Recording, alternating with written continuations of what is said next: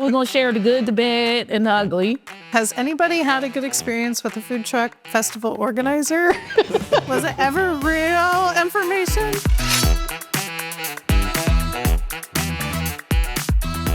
I did want to give a brief little history and a small primer of kind of like where the food truck phenomenon that we're in kind of came from. And, you know, food trucks started as a way to feed workers in big factories. And, you know, a little truck would pop up with commissary and people would go out and get food. And then kind of like the modern food truck boom kind of started in Austin, Texas, where they made a law that every bar needed to serve food, but most of them weren't equipped for it. So even to this day, if you go to Austin, there are food trucks behind bars often. And that's kind of where chefs realize that like they can do really creative things. It doesn't have to be hot dogs, tacos, the things that you normally think of.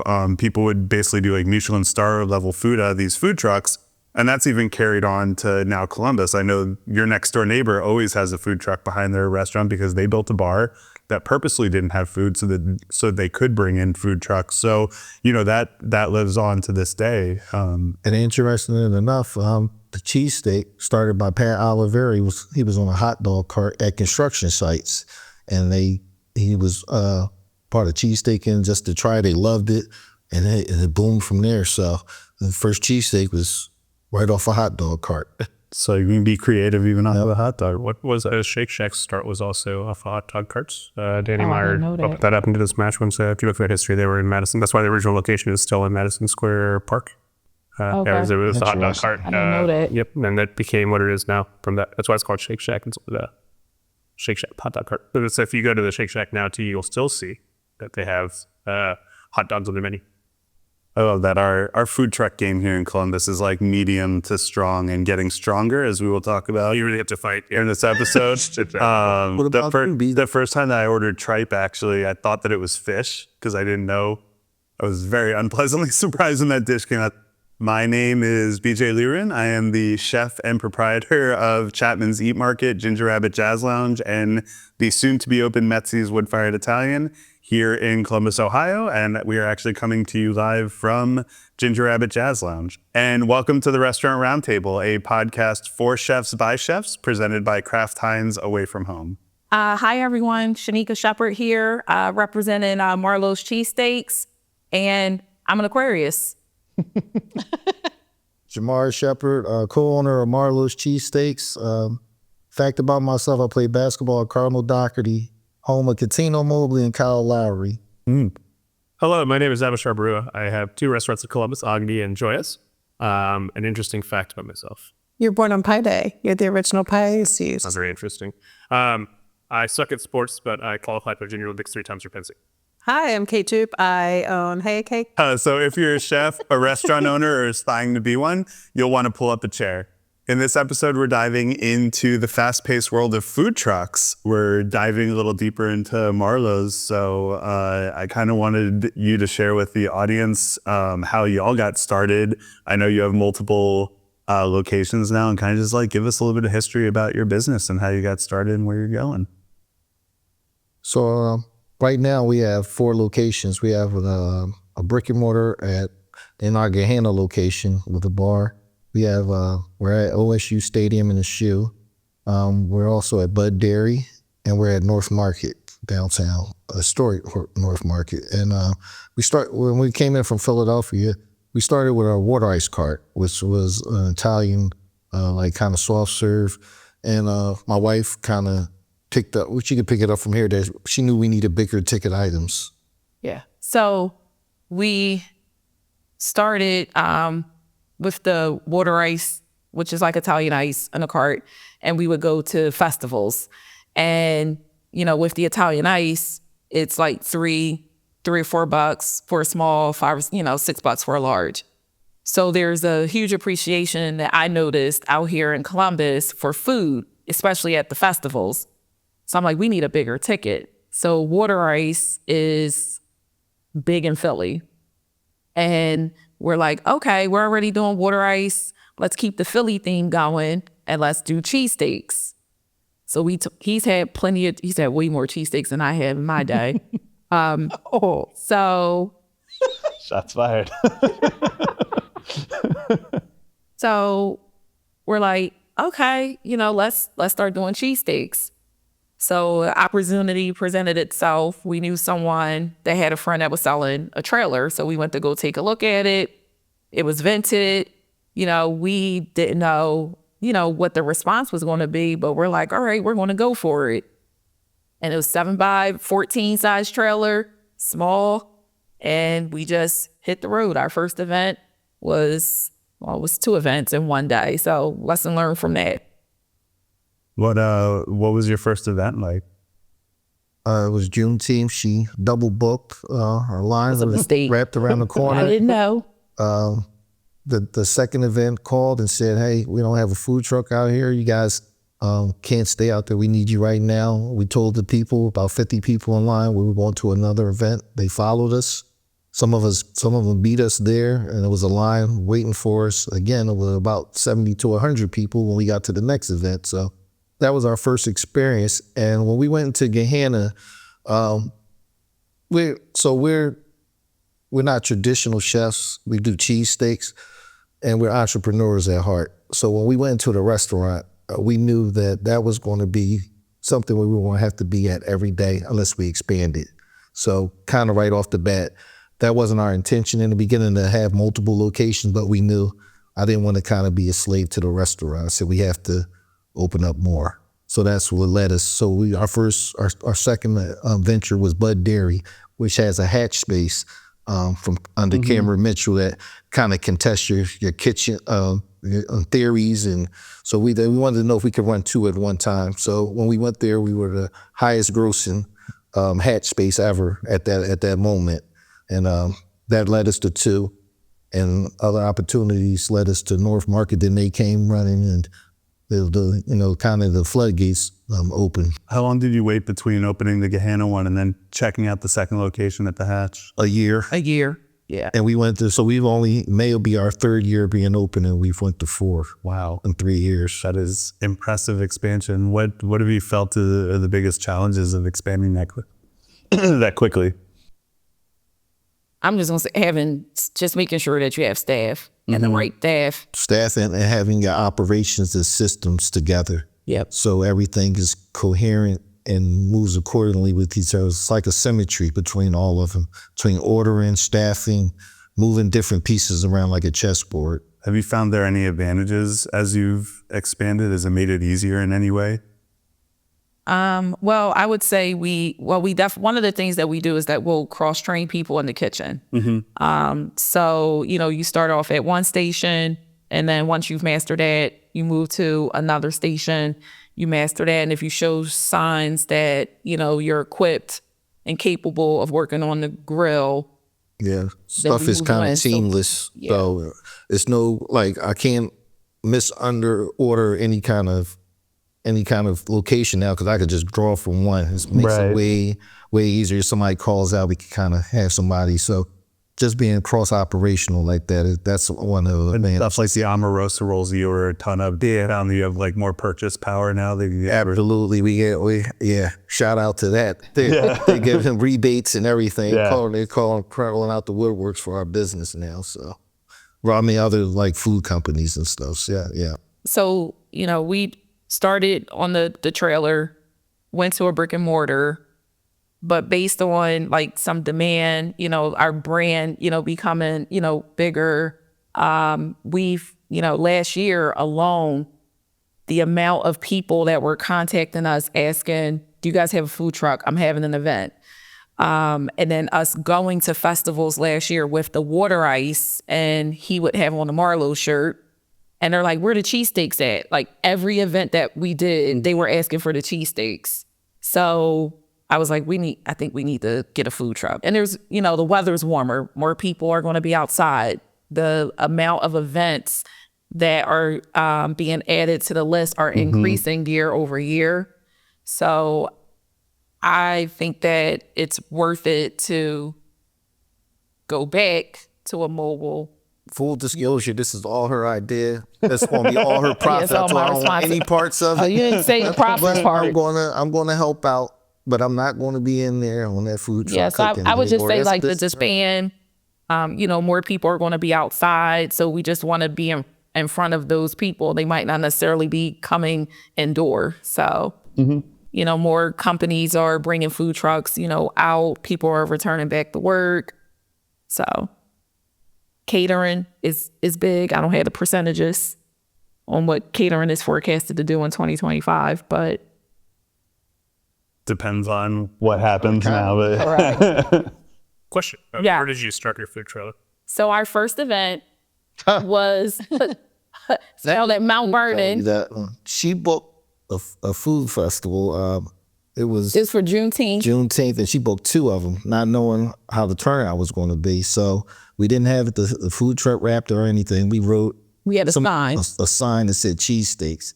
And when we Okay, opened you up, could give us a little bit more credit. It was at least printed. it was it was janky. It was. It It was was. taped up there. It was flying in the wind, and we had a line around the corner as soon as we opened. And what happened was it was over at 3:30, and we told them we were going somewhere else. We had a prior event already, a commitment, and so we left at 3:30. We were extremely tired and exhausted by then. We still had a long line, maybe 50 people. When we went to the next event, the people at the previous event had driven to our next event and were waiting another line as soon as we pulled up again. And that was our very first event. So How'd you get the lead like to the first event? Was it like a concert or something? What was like that? It was a Juneteenth Juneteenth out at celebration. Mini More Park. Awesome. So Yeah. yeah, so that was our first experience. So obviously didn't expect to get that type of response because we didn't promote, we didn't do anything. So we just set up, Sold out. made the cheesesteaks. Stuff dreams are made of right So there. I would definitely So this was literally before Built you up. guys had it was before you had social media. It was before you had any kind of following. correct. Did that what were your next steps after that? Did you get social media after that to like? We did. We had a social media, but it was basically the water ice. So that was our following. I'm was the sorry, water I'm also ice. from Columbus, so can you explain water ice to me? So it's you're familiar with kind of like a Italian, Italian ice. Like I'm not Like gonna say, I'm not gonna say any words, but Rita's. is it like a like sort of like Rita's, but a lot smoother. So Rita's was started in Philadelphia also. So In Salem, to be exact. oh, yeah, awesome. So So is it like a then shaved ice that's flavored, or what's a it's kind of mixed in, and it's not shit. Water is the like 95% of the ingredient to it, and then it's kind of goes into a machine, and it comes out like almost like soft serve. oh sick. So it should be like kind of creamy. Yeah, it's because There's it's a not creamy dairy. texture, no dairy. Wow. It's like a sorbet, but not. For us, like the uninitiated, like it's pretty big. Like Rita's and the other one is like Wits. I think is like frozen custards. Yeah, Not- that's frozen Correct. custard. Two like big around here, and we like going to them, but we didn't really know like the origin story of them or why they were so popular. Yeah. They also it was called like Italian ice or something. Yep, it And is. it's like that This is called in water Philly ice, too, Philly. depending on what part of the city. WODER. As we say water. Water ice. Exactly. So you went from water ice to cheesesteaks, and then was that like an epiphany for you after you sold out both of those food truck events? Yeah. To me, it was. Yeah. Because, people underestimate the power of the food truck. You think you're getting for lack of a better words, we call it a roach coach in Philadelphia. You'll get to the roach coach, and so when they were actually coming off with and saying this is one of the best cheesesteaks they ever had, or it was the best cheesesteak that they ever had in their life, and there's multiple people, we were like, we have something here. We might have hit the jackpot, so.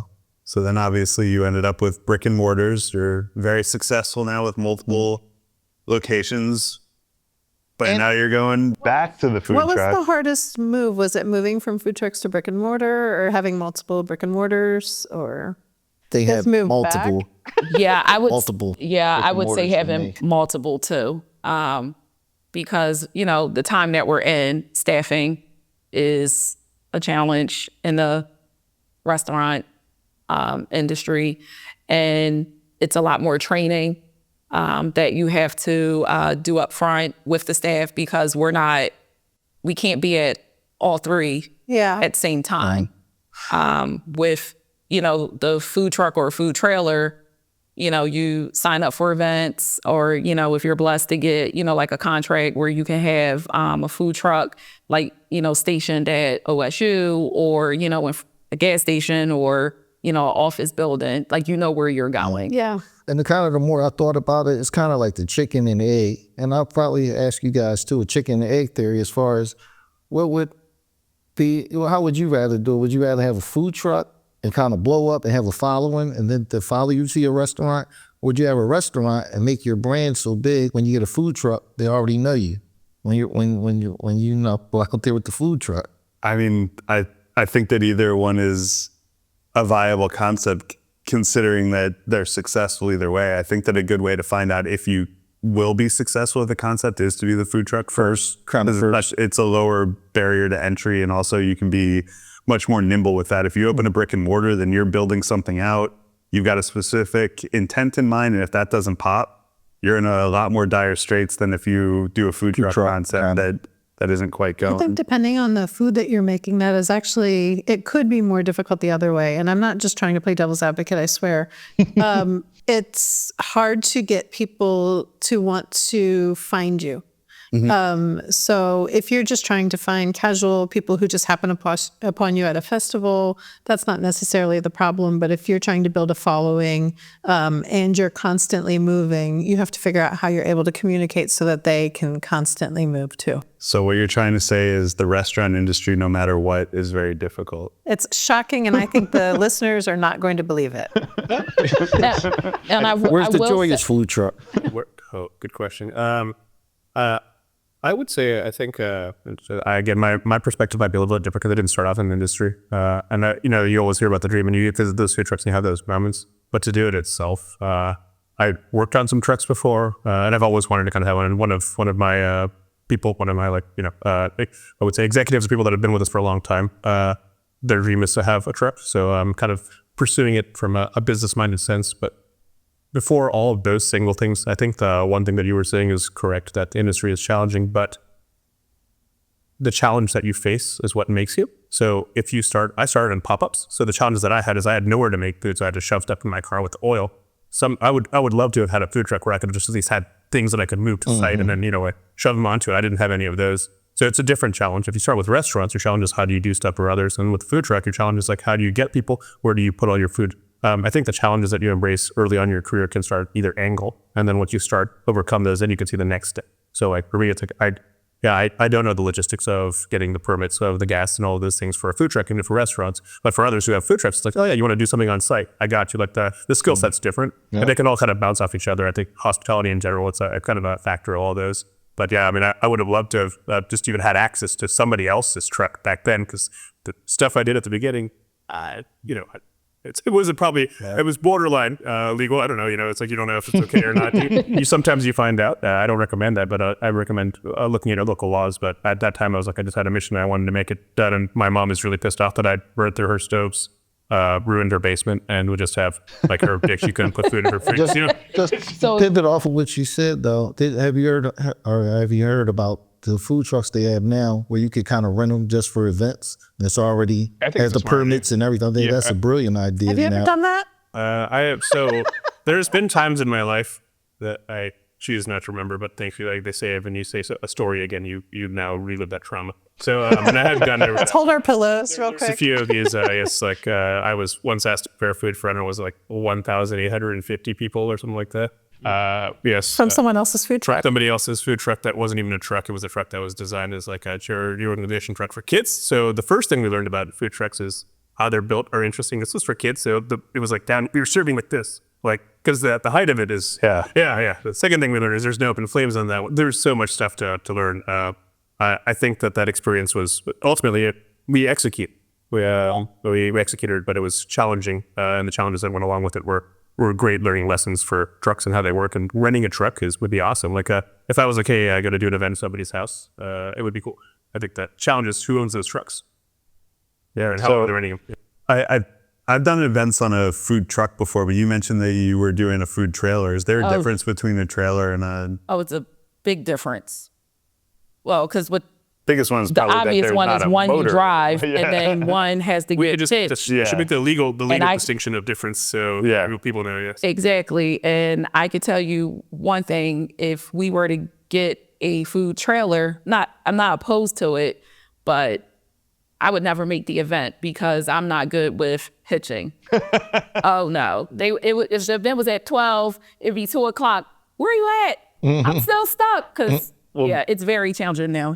He's a whiz at it. I gotta assume the advantage of a trailer is you just need to get a vehicle to tow it, whereas a food truck, if the food truck breaks, that is be a mechanic. all of your things. Yeah. And then the other thing is even though when you're in pursuit of a food truck, you kind of have to be wary of diesel and gas, because the diesel truck it lasts longer, but it's less mechanics to know how to work on the diesel trucks. We come to find out gas less miles that'll last, but mostly any mechanic could work on a regular gas. So the difference is like truck is like you drive it, and then trailer is you hitch it. We tow it. You put it on. Okay. Put it right in the head. For legal distinction, if you were like going to get one approved or something, like what is I was going to ask, are the regulations the same? are the regulations same? Yeah, they are. So they're the like, so I same. have to go through the same inspection, like the Columbus Public Health. Still need the 3 You still compartment have- sink. Correct. The single hand wash sink. You have to get the propane test done. Okay. Yeah. But then is there a cart then, like a hot dog cart? Because I don't see hand sinks, hot dog carts. Yeah. So then they have, it's like a grill cart. So like the ones that are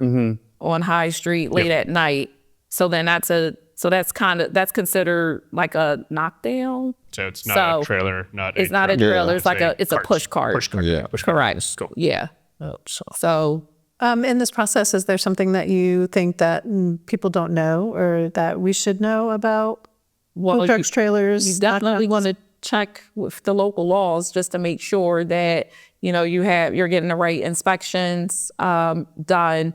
The other thing is like the right of way. So like that's a separate fee that you have to pay. You have to get both, whether you get a food truck or a trailer, it has to get inspected every single year. So you have to stay abreast of, Yeah, I know the locally laws they too. change every year. Yeah. So And you need to ask questions at the events that you book. Some people just book events and think the money's going to come rolling in, but you have to kind of do the numbers. What kind of turnout does these events have? If you go to like a place where they say like an event for, let's just say it's like a bar, like if you're in a party, it's like, hey, it'd be really cool if your truck was here. Like, do they pay you a fee to be there, or are you just dependent on sales for the nights for your revenue?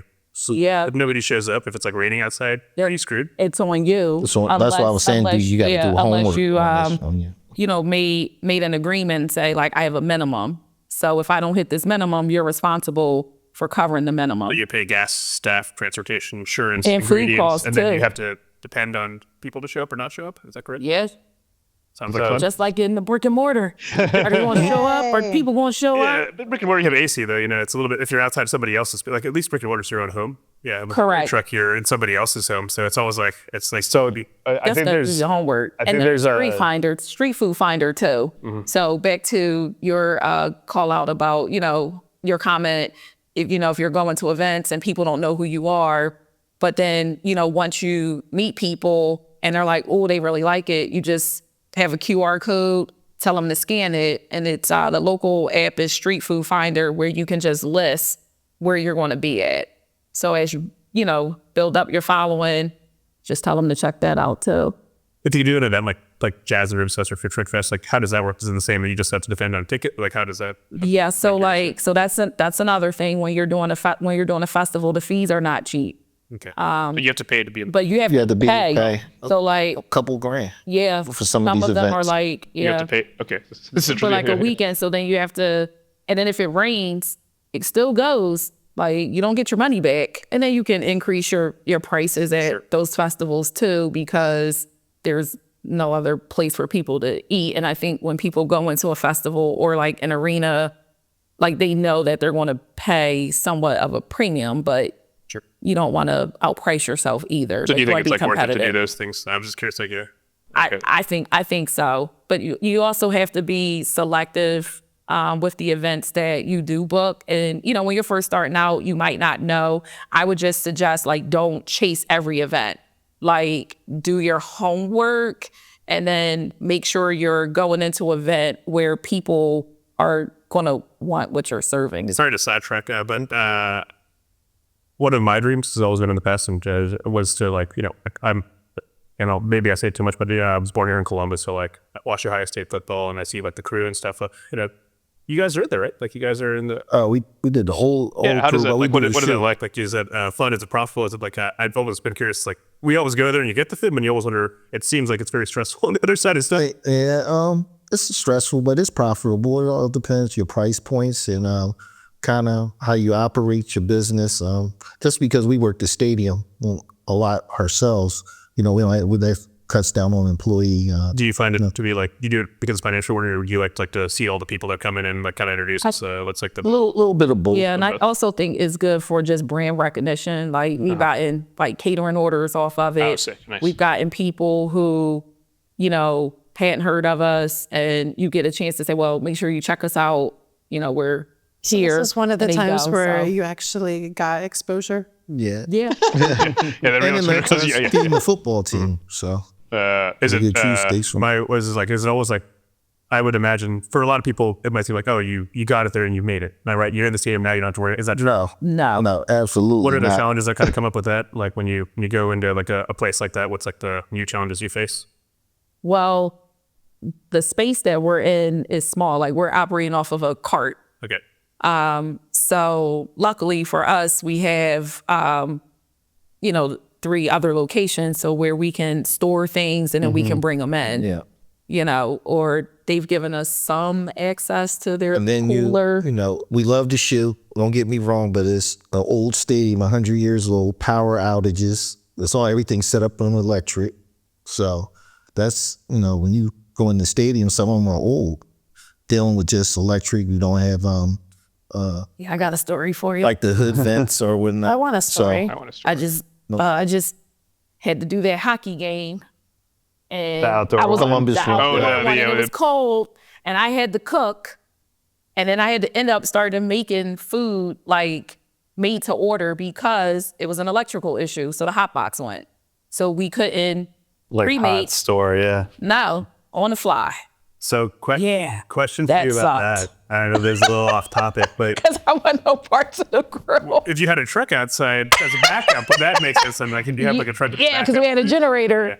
Yeah, would that help like offset? I was like, yeah, that's a nightmare. That sounds like a nightmare. But you can't panic. You got to pivot and you got to make it work. Yeah. And when you let, customers know up front, like, hey, it's being made to order, it's going to take maybe 6-7 minutes. People appreciate that. And it actually brought more people over because you're chopping, they get to see the meat on the grill, so they think they're getting the show. So It's awesome. Well, I mean, it sounds like food trucks have some challenges for sure, but we all have a dream in our head, and the food truck is part of it. You have any favorite things about being semi like a modular or mobile business, so to speak?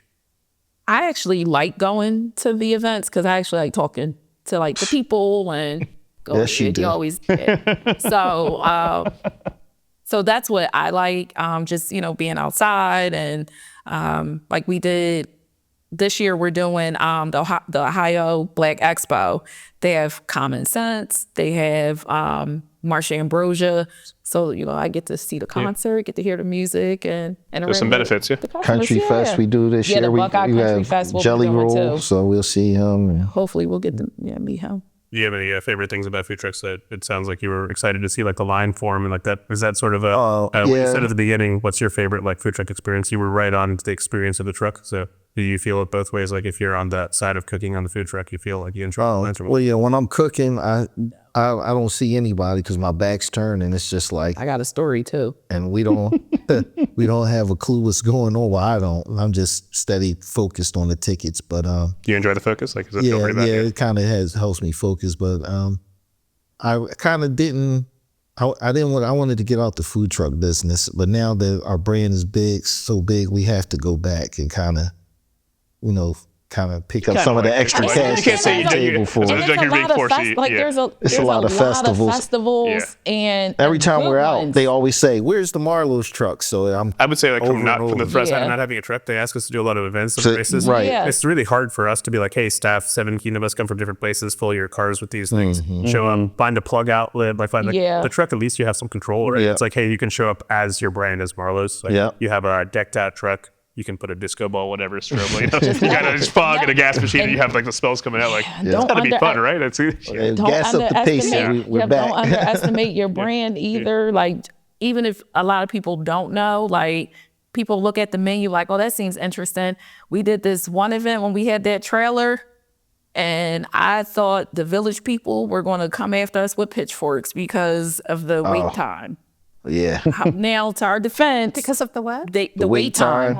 Yeah, we were at like over an hour and 20 minutes. This is when we like kind of first started. Yeah. But I will, to our defense, the event organizers told us that it was only going to be about 3,000 people. COVID. And it was going to be multiple trucks. And it was 2 trucks and It was 12,000 2 people that did food and 12,000 people. Yeah.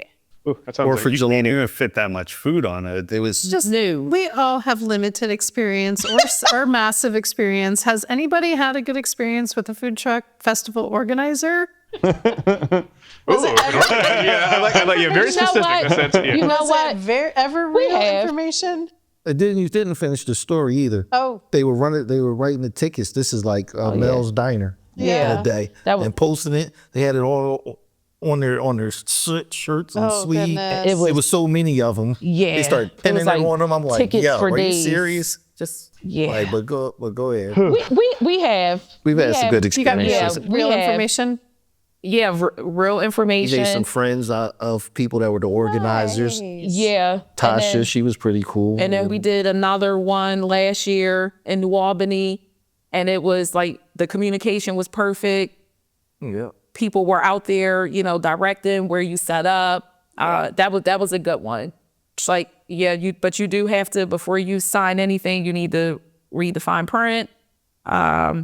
Just communicate, because there are some event organizers that are like just getting started, or they just don't know Sounds what they're like doing. a sore point might be the communication from the side of somebody who maybe has never operated a food truck, or like just has an expectation that's unreasonable to be like, hey, you show up. And is that like a pretty common thing where someone's like, oh, it's just a truck to show up? Like, is that kind of what you get from some of that? In a previous experience that I had where I helped manage a space that supported food trucks, the amount of calls and emails that I would field from people who are like, we just need food, but we want them to pay us $2,000 to park at this unknown festival. And I was like, there's so many competing things here that mean you're not going to have food at your festival. They're like, but we need it. There's just an expectation that food will be there regardless of whether there's a market Or people. Or Because people. sometimes it's the opposite, right? You get a dead fest, and you're like, Whether there's And they have power Yeah, that happens or a if lot. there's an electric hookup or wastewater or any of that, there's just an expectation that it just happens. Yeah. And that's Then you're dependent on Mother Nature to perform. a weird one. How about staffing for food trucks? How does that work if it's not you? It was just us. was So just- now we're so what are you going doing back. on this version? We're going to give some of our people and staff that want to get out. Do you like Tom opportunity Sawyer? to We're like, kinda- hey, you've always wanted to be on a truck, right? Yeah. Got you. It's like- What are the I'm not cooking. yeah. are there any specific characteristics you'll be looking for in somebody that's interested in food truck? Oh yeah, dependable. Want to work on a truck, because working on a truck or a trailer is very different than working Confined in a space. Yeah. You got to be You able have to to communicate, too. with a confined space. You got to be Correct. able to talk. Yeah. and be personable, because the person who's at the counter, you got to be able to talk to customers, be comfortable with talking to the customers, and talk them through quickly, because when you got a line of 20, you can't spend all day, Yeah. with one person. And then the other thing is, it's not so much staff, but when you're at a festival, you can't have your whole menu. So it has to be short, simple. So, 'cause people are outside when it's hot, they're not going to want You got to a scale big down. sandwich, or you got to scale back. So, yeah. So you guys ready for the next segment, the Tex Kitchen brainstorming? let's do it. Sounds delicious. Right. Brandon Okay. tried, but we'll So try here. in this segment, we're just going to figure out a way to whip up a tasty solution. So let's get cooking. All right. So assume price is not an option. Sky's the limit. What would your dream food truck look like? What would you create? What would you serve? Oh man, Take it away. That's a tough one, but I think that a really fun one to do would be to like caviar and bellinis just on a food truck. But I know that sounds bougie as shit, but I fucking love caviar in unexpected places. So yeah, You can have a housewife. I totally. Beverly Hills to be a spokesperson. I might. You never know. Sight and strike. Are you going to do beluga or? Beluga's illegal. You can't. But there's no object. No object. Theoretical, yeah. I would illegally bring it in from Russia, and that's what we would do. Speaking of, yes, Kate, what would be your no holds barred trust idea? I want something that's super quick, like quick ticket times. That matters. So I think I would go, I'm super into dips right now. I would be heavy on like multiple types of dips with strong flavors and great bread to go with it. That's on brand. On brand bread and some cake. What would you do? Little cheesesteaks. Noodles. I want to love throw noodles. Dorian and the noodles. Loves noodles. What kind of noodles specifically like? He like I lo love mein. lo mein, and That's his I'd favorite. go to a lo mein truck. yeah, for sure, lo mein with different kinds. Right now. But Yeah. not, my own kind of take on different meats and the seasonings. And At a restaurant hot top, you just put some noodles across your beef. It'd be pretty. Put it in a soup. Should be good. but yeah, it's always be What's your dream food truck? Mine is not that cool. I think of food trucks as almost like street food, mobile street food stands. So I think it'd be sick to do like the proper biryani that you have in the streets of Bangladesh. You crack open the lid, and then part of the process is when you open it. This is the part that is the most challenging to recreate. When you crack open the lid, the smell comes and hits you in the face of everything that's been cooking inside of it, and then you have to pick it up a proper way, like grab it from the bottom to the top and serve that. Like being able to have the audience that would show up for that, or do that time to time, like just take the coals off, crack the bread off, and then scoop it into a plate. Like that would be really cool to experience. I think everybody would enjoy that experience of aroma, taste, and smell. So we need some way to like cloche the smell too. Yeah. Well, it wouldn't even be that. It'd be like in an ideal world with all these situations, it's like, hey, we just have 1 million people that are on this truck and they're just cracking them open to order. Like, hey, you come, you open it up, and it's like everybody gets their own biryani, or you have the big pots and you have like the whole community being served at once, which I think that's the way that I prefer, where it's like everybody gets not even bites, but what do you want, consistency. So it's meant to be able to serve all parts of the animal inside of the pots. And you go, oh, my bite is different than yours. Cool. That's okay. What about you, honey buns? Love cocktails and I love coffee. So I would love to have a food truck, coffee and cocktails, and some fun pastries. I'd frequent that. Put it right out there. Yeah. That was super romantic. What is stopping you from having?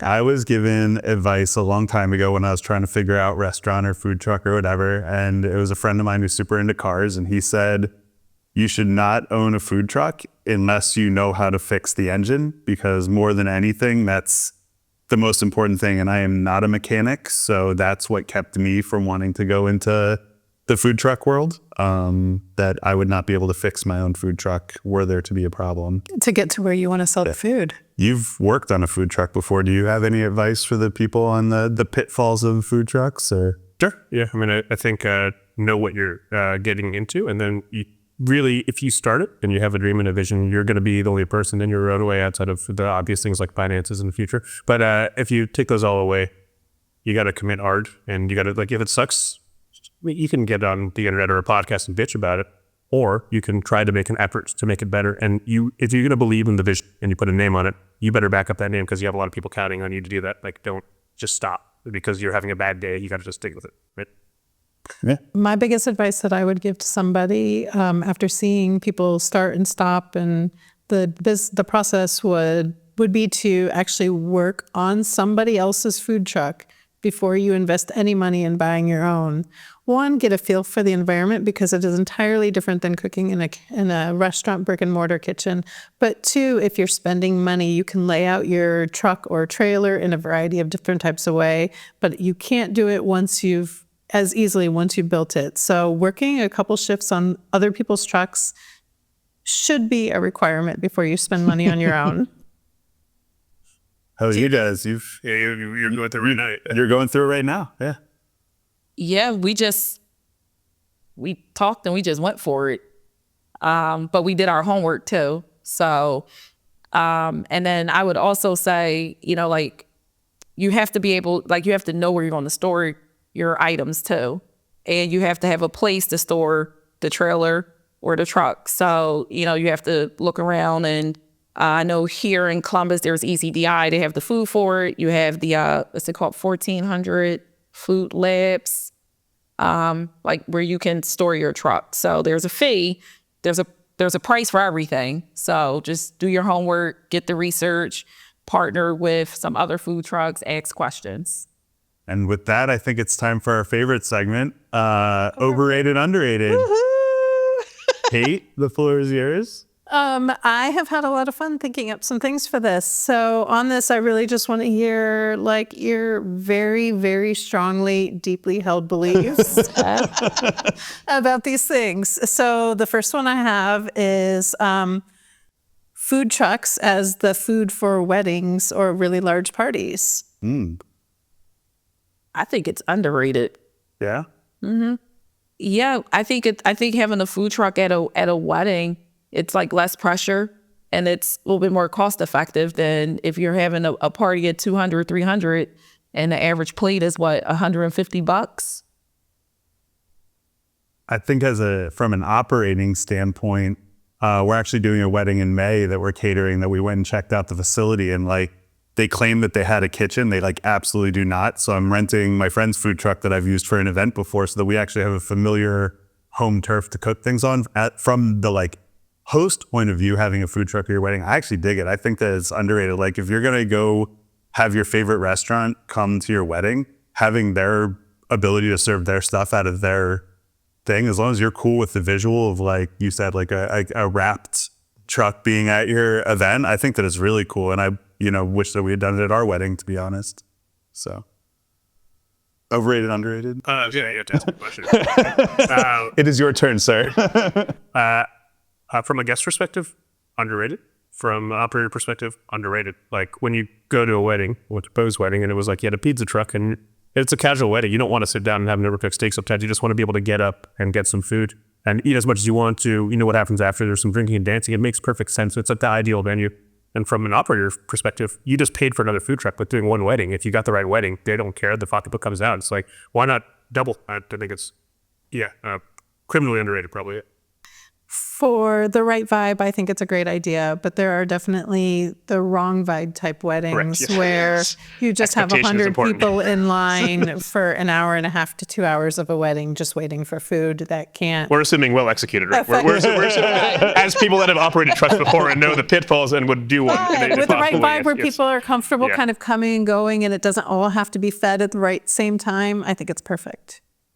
I say underrated. I think people are starting to be more comfortable with renting food trucks for their weddings now. We're getting more inquiries about cheesesteaks. So when we first got our food truck, we did, and it's been going on. I had a friend that actually ordered 100 boxes of KFC and put it on plates and handed it out at the wedding, and they thought it was some of the best chicken they ever had, and they didn't realize it was KFC chicken. So, well, I'm jealous of anybody who because I would have done that. Smart.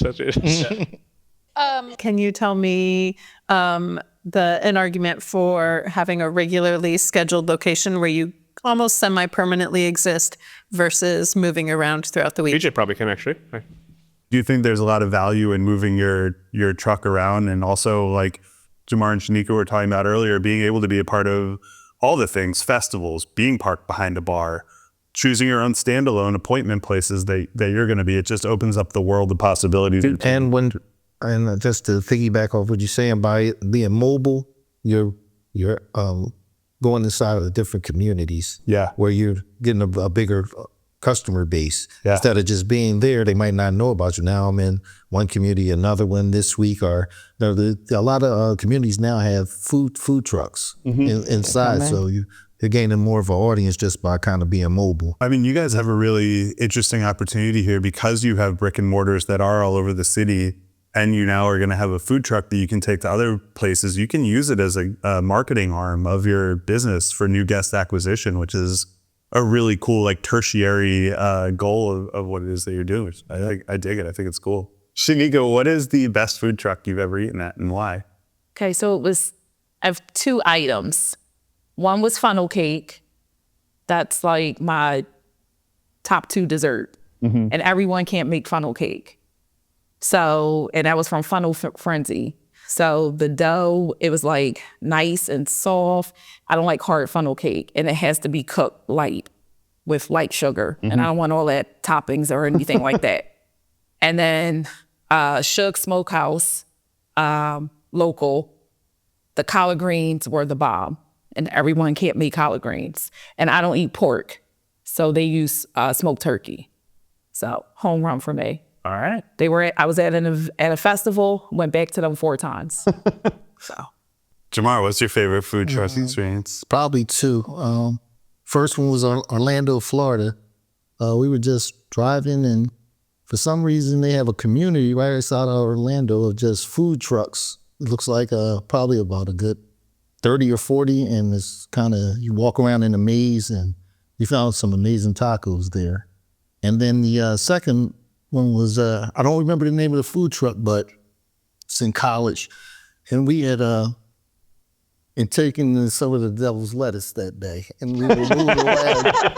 And I was just happened to fall on a food truck that had the best tacos I ever had in my life. So I don't know if it was because of that or, Probably a little bit of both. What was going on, but it was that was my best food truck experience. Amazing tacos. How about you, Kate? I think I have a couple. I've been on a few road trips where you end up at what is obviously a really well-established, not quite mobile, like food truck park, where they're kind of small. And I think my favorite thing is that it's what others strive to be. Like, you can try a lot of things. There's not a long wait time. There were very few touches, and these were obviously skilled people who were making food that they cared about. And they hadn't been beaten down by a lot of the other things in the food truck life. Yeah. How about you, Avishai? I think I have 2. One was in Miami, and I think it's more of like the time and place sort of thing, but it was my first exposure to like Peruvian food. And the truck had 3 things actually that they had anticuchos, which I'd never had before. They're like, oh, it's hard. And I was still kind of squeamish. I didn't know anything about food, but everybody else, the way that the guy was smiling, I was like, he's so excited. And I tried it, and it just kind of lit me up. I had papaya huancaina, which like to this day is one of the sauces that like I try to replicate over and over again, because it was just like a potato with yellow sauce. And with a food truck, you're just like, it came in a paper boat, and you're not expecting that. The third was like a menudo, and it was just like, tripe is tough for me, but just the enthusiasm of the owner was so like, it was so contagious that like everybody was feeling it, and I quite enjoyed that. Oh no, excuse me. What did you say? What was the last food that you said? Menudo. Menudo, yeah. I thought that was a group or something. What's that? It can be, yeah. It's also a tripe. So it was like, when you're like, I was not really a foodie at that time. I was still in the area, and I didn't know what I was eating. But when someone is like smiling so big and just like serving you by their hand, and like they're so confident in the food they're producing and not like how it looks, it's like $5. Like, that's a sure recipe for success. And you sit down and you can bring your own beer, or you can crack open something from over there. It doesn't really matter. It was an orange soda, and it was white. Like, that just memory was quite nice. The weather was perfect and everything. The second one was actually in Columbus, and it was, I know these names, but I'm just trying to intentionally omit the names because I think experience is more important. There was a truck that was like an Indonesian truck, and I ate Indonesian food for the first time in Columbus, and I was like, this tastes like Bengali food. And I was like, wow, this is like tastes like home to me, and it was familiar. And then I got to learn about Indonesia through the truck, because it was a small commitment, and it was literally in the parking lot of somewhere. So it was those are my 2 strongest food truck memories, I think. My favorite food truck experience is here in Columbus. Shout out to my good friend Casa Carmelita.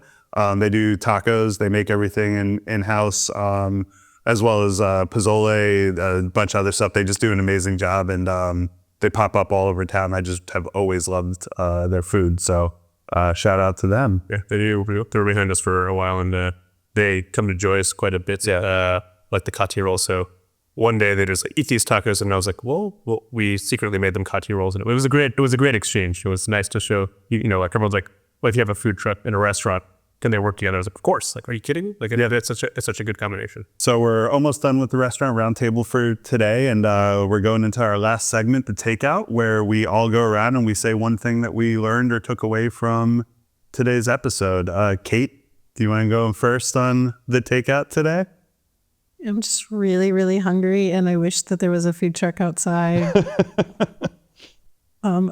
Yeah, that's where I am right now. I'll think about it and maybe I'll jump in at the end. Nice. Avishar? I can go a little bit. I'd like to hear actually. I learned a lot, so basic and coming back around will be good. Cool. Just a lot of experiences that I kind of forgot about. They got rehashed, and the major thing I kind of took away was that Avishar was a fencer. And we need to delve into that at a later date. The second part of that story is when I picked with the saber. I've never picked up a saber in my entire life. I was like, whatever, we'll see what happens. I'll set up qualified at a sweatboard. But yeah. Anyway, that's got nothing to do with the truck story. I would say if you have a dream, don't be afraid to make it a reality. There's a lot of information out there for you. Just do your homework and don't let fear stop you from chasing that dream. Yeah, I think my biggest takeaway from today, and it's something that I already knew, but I think that putting all the pieces together today in my brain is how complicated food trucks are. Because I think a lot of people see them as like the easy first step into the restaurant world. And you guys really illuminated me on like all the steps that you go through and then the pitfalls of like, you can do all this hard work to get into a festival, then it might rain. Or maybe the promoter only hires 2 food trucks for 12,000 people. Like, there's just a lot of things that can go wrong, and that was very illuminating. Or they hire 12,000 food trucks for 2 people. Yes, or the opposite. It seems like, I guess maybe a takeaway is that food trucks seem like a long-term relationship as opposed to a restaurant seems like a marriage, where it's like, hey, you can still kind of test the waters.